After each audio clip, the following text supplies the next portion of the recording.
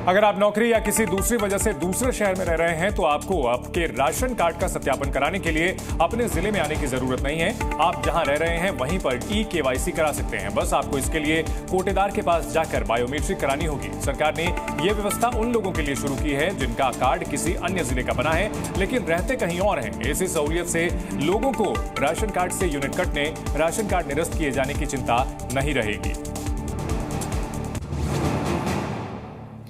पिछले कुछ सालों में यूनिफाइड पेमेंट्स इंटरफेस यानी कि यूपीआई पेमेंट का चलन बहुत तेजी से बढ़ा है। चाय की दुकान से लेकर बड़े बड़े शोरूम तक में अब यूपीआई के जरिए ही पेमेंट की सुविधा उपलब्ध हो जाती है। तो वहीं अब national payments corporation of India यानी कि एनपीसीआई ने लाखों टैक्स पेयर्स की मदद करने के लिए यूपीआई से भुगतान के लिए लेन देन की सीमा को बढ़ा दिया है।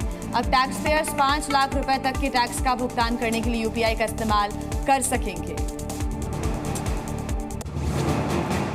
दिल्ली ट्रांसपोर्ट कॉर्पोरेशन यानी डीटीसी की बसों में यात्रा करने वाले लोगों के लिए काम की खबर है। डीटीसी अपनी इलेक्ट्रिक बसों की निगरानी के लिए एक ऐप लाएगी जिससे यात्रियों को इलेक्ट्रिक बसों के बारे में पल पल की जानकारी मिलेगी, जैसे आपके रूट की बस अभी कहां है और कब तक आएगी। इसके अलावा ये ऐप ऐसे चालक पर भी नजर रखेगी जो बस रोके बिना ही स्टॉप के सामने से निकल जाते हैं।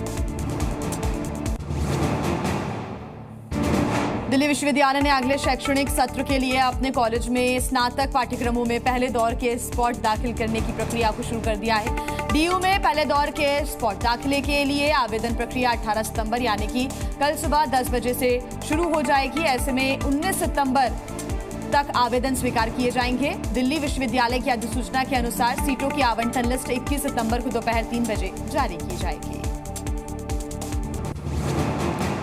वित्त मंत्री निर्मला सीतारमण कल यानी 18 सितंबर को एनपीएस वात्सल्य स्कीम लॉन्च करेंगे। इस योजना की कल देश भर में लगभग 75 स्थानों पर एक साथ शुरुआत होगी। वित्त मंत्री ने आम बजट पेश करते हुए एनपीएस वात्सल्य स्कीम लाने का ऐलान किया था।